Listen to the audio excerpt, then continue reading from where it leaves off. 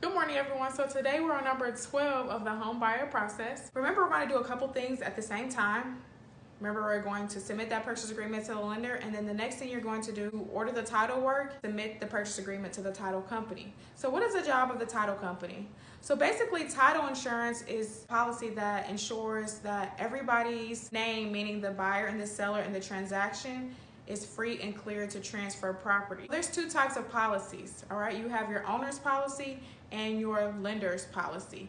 Okay, the owner's policy can be purchased by either the buyer or the seller. It just is negotiated in the purchase agreement. The owner's policy is a policy that is provided to the buyer at closing. The policy will make sure that that seller is free and clear to sell the property. So let's say that there's a tax lien on your property, you didn't pay your taxes 1 year, or you have like a mechanic lien, maybe you got some remodeling done and you didn't pay that contractor.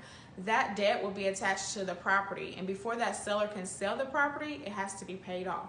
So pretty much making sure that real estate is free and clear to sell. And then you have the lender's policy. So the lender will need this policy to, number one, for the purchase price of the property, and also to do the work on the buyer to show that the buyer is able to purchase the home. So if you maybe have a debt attached to your name as a buyer, maybe you didn't pay rent back when you got evicted, you will have to pay off that $2,000 from your eviction you acquired, because they want to make sure that you can pick up the new debt and be able to pay that mortgage. The next thing that will be on the title work, which is called the ALTA at closing, will be all the credits and debits, and anything incorporated in the purchase agreement will be on the ALTA statement at closing. This is going to show tax prorations, debts to the seller, debts to the buyer, and credits to the seller, credits to the buyer. It'll show like the real estate commissions on there. It will show transaction closing fees. So all the information associated with costs will be on the ALTA statement that you receive at closing. If you guys have any questions, please let me know.